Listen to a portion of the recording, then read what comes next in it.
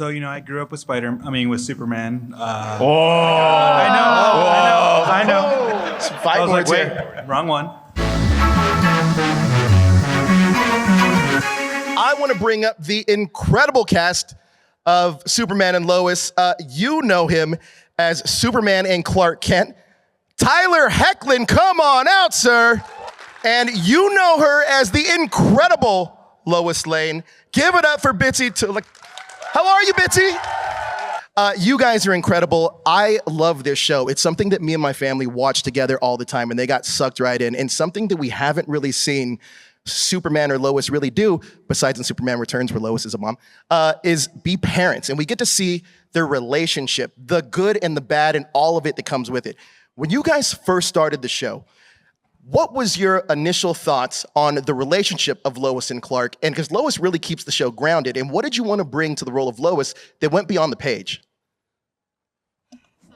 Well, I think what made my job easier, and a lot of people find, the show is grounded, and I think it's grounded because it was presented to both of us as this is going to be primarily a family drama with superhero elements, but like at the end of the day, they were kind of going for more Friday Night Lights, This Is Us vibes with Superman going in. But like I was just saying to someone, when you're a mom, and so I don't know if a lot of people know this, but when I was cast originally for Elseworlds, I was pregnant.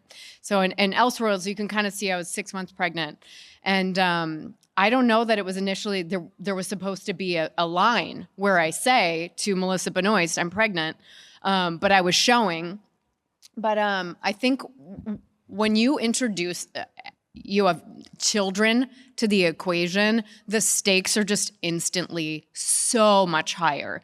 So I will have some people say to me, like, you're my favorite Lois Lane, and I'm like, and I say, well, I think part of why I've been able to go to different places is just because they've written me as a mother, and I have 2 teenage boys, and they're crazy and they're hormonal and they're always getting into trouble.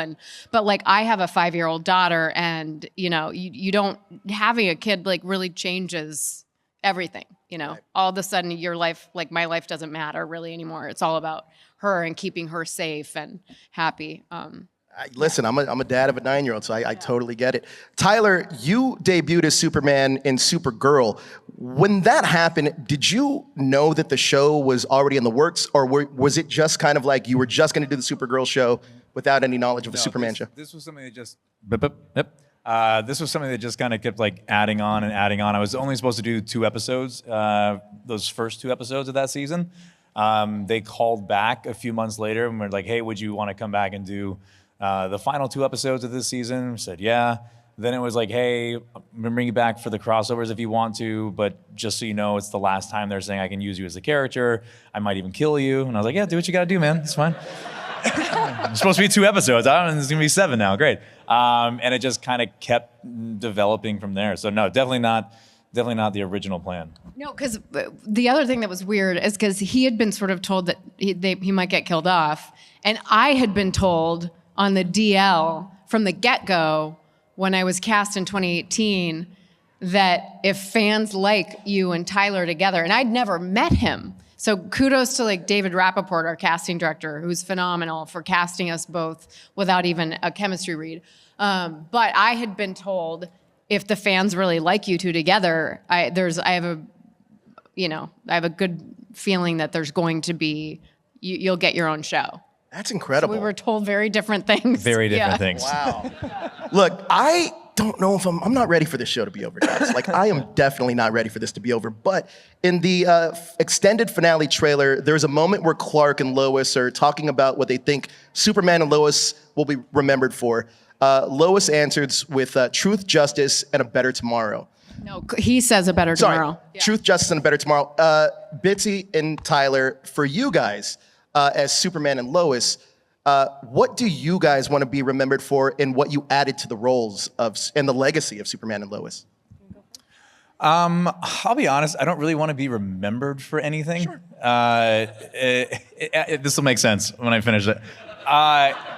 It's more of the, I think what I appreciate about these characters is that they are inspiring characters. I just like to know that at some point, if somebody makes a better decision than they maybe would have, that's it. That's it. I think it's kind of one of those things where it's like to me, to be remembered is that's the insignificant portion of it. If somebody at some point goes like, oh, I was inspired by this thing and I made a better choice, great. That's it. So, and the great thing is like it doesn't die with us. Like these characters live on. So, there'll be a movie out next summer that hopefully will inspire more of that. So for me, it's I've had a fascination with the idea of legacy over the last few years, and I think we've really defined it. I don't think we've defined it correctly, so I think it's kind of taken on a life of its own. But I think to me, like the idea of a legacy is more, it's like what choices are you inspiring people to make that are better choices for themselves or the people around them? Like that to me is a legacy. So Incredible. yeah. I got this question at the last con we did together, and I think what would make me happiest and what I think most of the fans know about me is that I get the question a lot, were you intimidated? You're taking on this iconic role, and it's not so much an intimidation. To me, it was more like, okay, I really have to honor the characteristics of this woman who was a career woman, at a time in history where there was a lot of sexism and not a lot of women were career women. And what are the aspects of Lois Lane that have made her so beloved? What are the aspects of her that made her get her own comic? Because people loved her so much. And it's like the determination and the fierceness and the grit and the pursuit of truth no matter what. And I think one of the things that, our writers did well for Lois is there was a lot, because they're older, they've been together for a long time, their relationship has been established, is there was a bit less of Lois in distress and Clark or Superman flying in and rescuing her. Like she was kind of like, no, I got this. You go do your own thing. I'm gonna do my own thing. And sometimes you have to save me. But really just like a grown-up version of that where she was not, I've only seen, neither of us had any exposure. We still haven't really.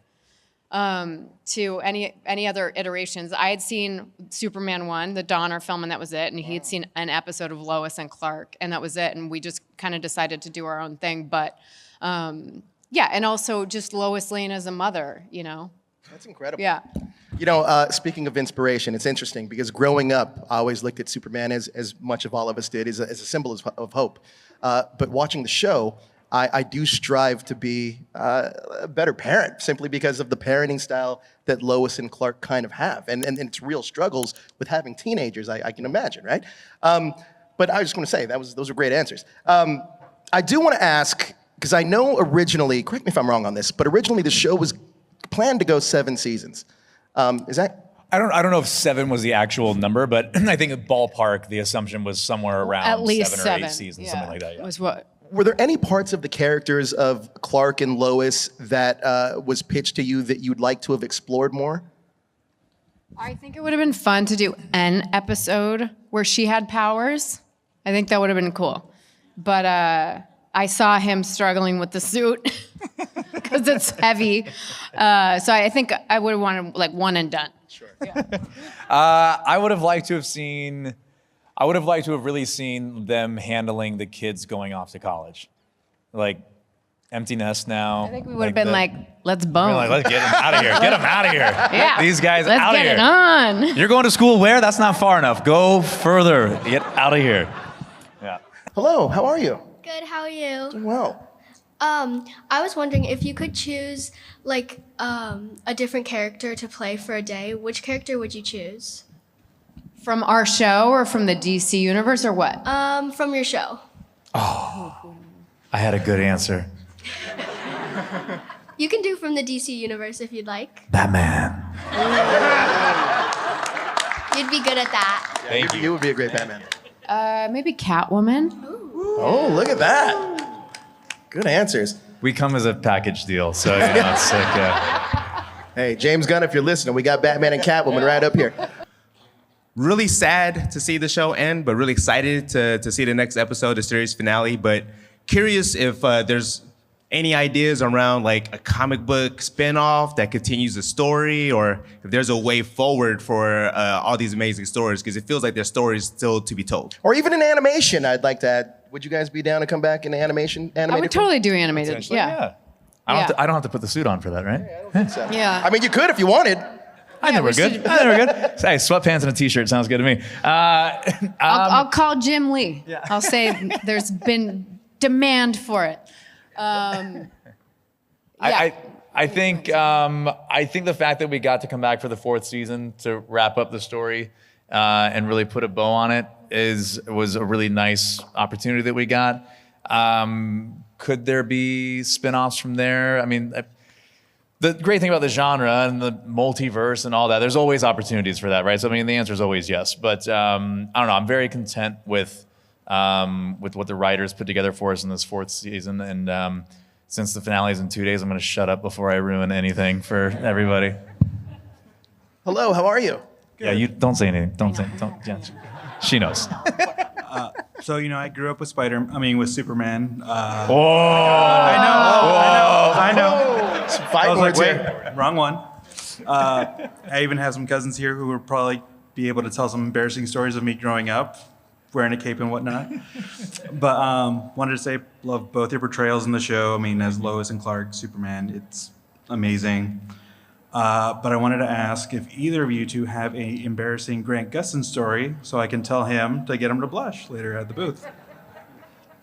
I don't know if it's an embarrassing one for him, but my favorite story with Grant on set was he's a big Superman fan. And so we were doing the scene in one of the crossovers and Elseworlds. And basically it said something about calling any friends to help. And I was like, yeah, I think we know a few. And we do the shirt rip. Yeah.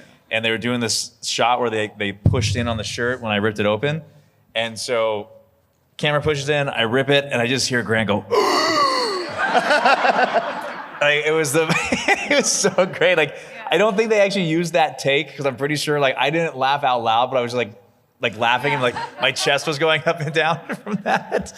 So I don't think we used that take, but it was one of my favorite things ever. He was so excited to see that. He's like, it was great. That's awesome. Thank you. Hello, how are you? Oh, fine. Good afternoon. Afternoon. Ms. Tulloch, I did want to thank you for your work in the series Grimm. Back in the day, that was my show. Yes.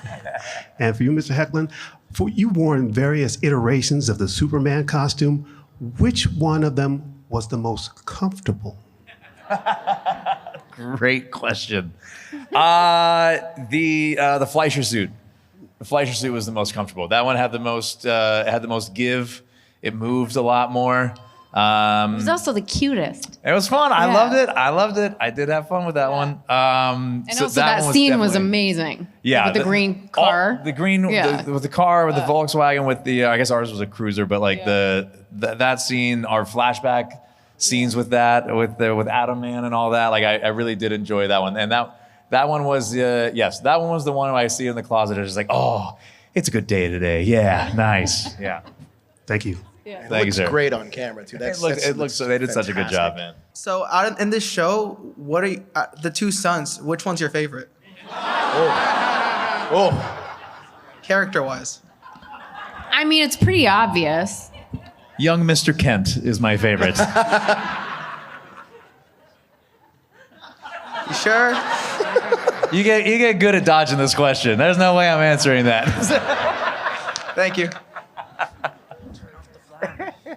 But I appreciate the attempt to start beef. Well, would you have rather seen which relationship for your sons would you have rather seen worked out with Jonathan and Candace or Sarah and Jordan? Which one was better for which son? I don't think I can say anything yet. There's still a finale. That's true. That's true. Good call. We'll reconvene in 12 months. My mom is a big fan, Sarah. Me and my dad work out. He's Tony, and we want to know what your both's workout routine is. Go ahead. You want to start? That's a great question. Keep on going. You tell them my workout routine. Bitsie's workout routine is picking up as many snacks as she can from the craft service table and carrying them all the way back to her chair, and then lifting each one of them into her mouth. But only if they're very heavily coated in sugar. Sounds like we got the same workout routine. I don't know, you're lifting weights already, man? Yeah. That's awesome, dude. Dude, keep it going. Body weight stuff is good for you too. You don't want to do too much with the weights and make a problem for later. But get your push-ups, get your pull-ups, get your ab work, but just stay with it. Stay consistent. Consistency's the big one, man.